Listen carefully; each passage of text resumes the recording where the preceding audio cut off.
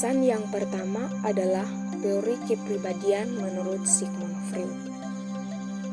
Ada 3 komponen dasar menurut teori kepribadian Sigmund Freud, yaitu yang pertama id, kedua ego, dan ketiga adalah superego.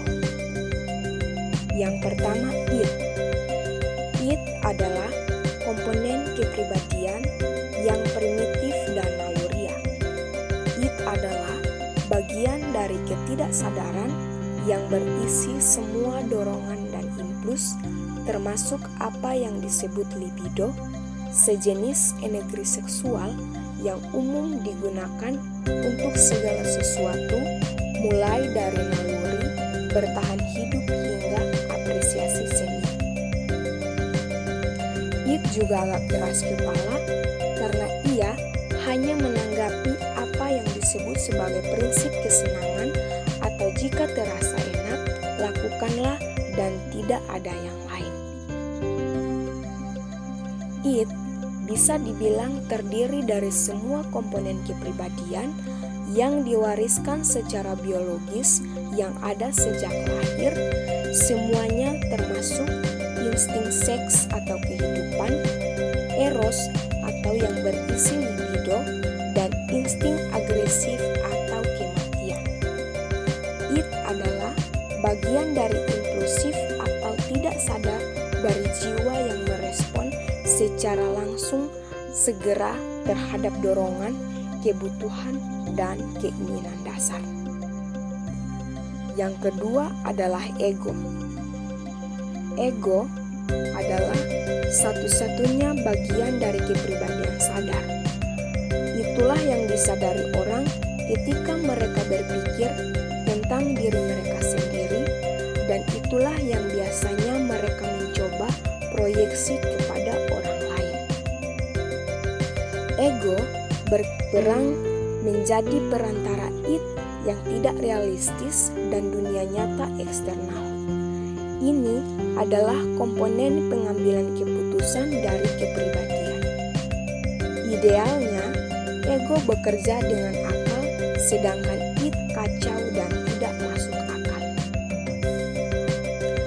Ego beroperasi sesuai dengan prinsip kualitas, bekerja dengan cara yang realistis untuk memuaskan tuntutan id, tetapi berusaha sebaik mungkin menghindari konsekuensi negatif dari masyarakat. Ego mempertimbangkan realitas dan norma sosial, etika, dan aturan dalam memutuskan bagaimana berperilaku. Yang ketiga adalah superego. Superego adalah bagian dari ketidaksadaran yang merupakan suara hati nurani atau melakukan apa yang benar dan sumber kritik diri yang mencerminkan nilai moral masyarakat sampai taraf tertentu. Seseorang terkadang sadar akan moralitas dan etikanya sendiri, tetapi superego berisi sejumlah besar kode atau larangan yang dikeluarkan sebagian besar secara tidak sadar. Pembahasan yang kedua adalah teori kepribadian menurut Erik Erikson. Erik Erikson, seorang psikoanalisa, mengembangkan teori psikososial yang terkenal yang berfokus pada perkembangan kepribadian sepanjang rentang hidup. Erik Erikson menekankan peran faktor sosial dan budaya dalam membentuk kepribadian. Teori Erik Erikson terdiri dari 8 tahap perkembangan psikososial, masing-masing ditandai oleh krisis atau konflik yang harus diatasi individu untuk mencapai kekuatan ego atau virtu tertentu.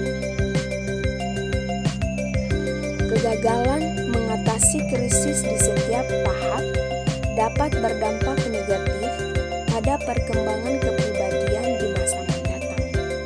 Meskipun Erikson menekankan bahwa krisis-krisis ini dapat diatasi kembali di tahap-tahap selanjutnya. Berikut adalah uraian 8 tahap perkembangan psikososial menurut Erik Erikson. Yang pertama adalah kepercayaan atau ketidakpercayaan. Pada tahap pertama, yang terjadi pada bayi hingga usia 1 tahun. Pada tahap ini, anak sangat bergantung pada pengasuhnya dan kualitas pengasuhnya akan mempengaruhi kepercayaan anak. Yang kedua, otonomi atau rasa malu dan ragu. Tahap yang terjadi pada anak usia 1-3 tahun. Pada tahap ini, anak mulai mengembangkan kemampuan fisik dan psikis seperti berjalan, berkomunikasi, dan memegang tangan. Yang ketiga adalah inisiatif atau rasa bersalah. Tahap yang terjadi pada anak usia 3-6 tahun. Pada tahap ini, anak mulai mengembangkan keterampilan dan berusaha mengembangkannya sendiri. Yang keempat, industri atau inferioritas, yaitu tahap yang terjadi pada anak usia 6-11 tahun. Yang berikut, keintiman atau isolasi, yaitu tahap yang terjadi pada masa dewasa.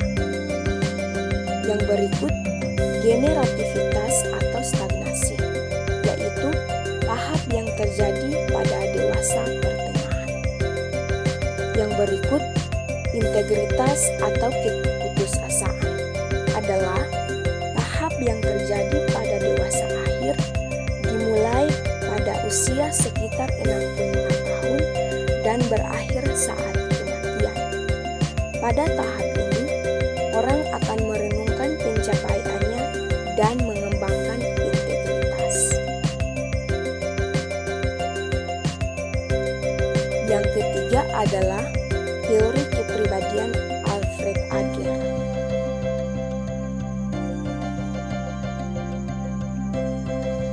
Teori kepribadian Alfred Adler mencakup beberapa hal, diantaranya sebagai berikut.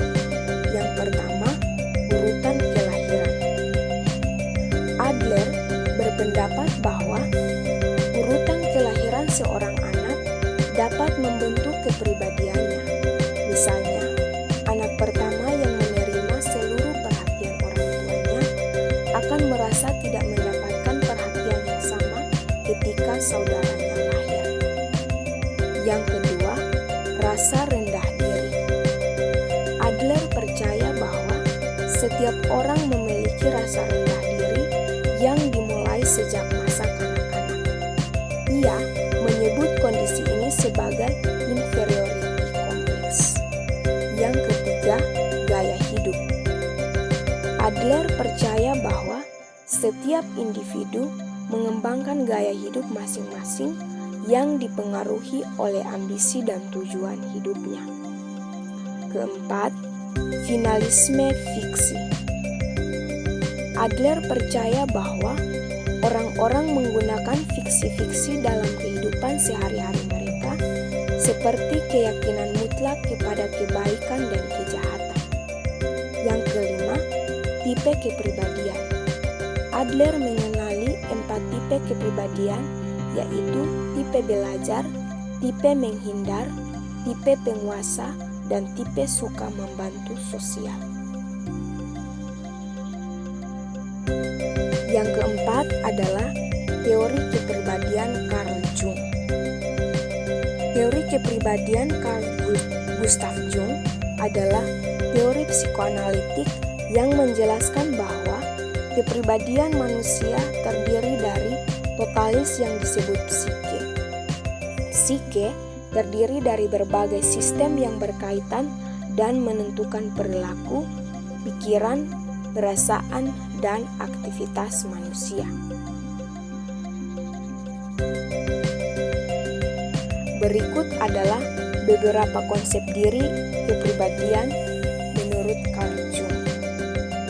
Yang pertama adalah kesadaran. Proses yang melibatkan ego, yaitu kesadaran individu atas dirinya sendiri. Ego mengontrol normalitas harian individu. Yang kedua, ketidaksadaran pribadi adalah proses yang melibatkan pengalaman yang dilupakan, terutama hal-hal yang tidak menyenangkan. Jung menyebut kumpulan pengalaman emosional yang terjadi dalam ketidaksadaran ini sebagai kompleks. Yang ketiga, ketidaksadaran kolektif adalah kebalikan dari ketidaksadaran pribadi yang dipilih ada pada pengalaman individu. Yang keempat, shadow adalah sisi gelap dalam diri manusia yang berisi insting primitif negatif seperti rasa iri, kemarahan, keserakahan, dan kejahatan. 5. Tipe kepribadian. Carl Jung membagi tipe kepribadian manusia menjadi 2 kelompok besar, yaitu introvert dan ekstrovert.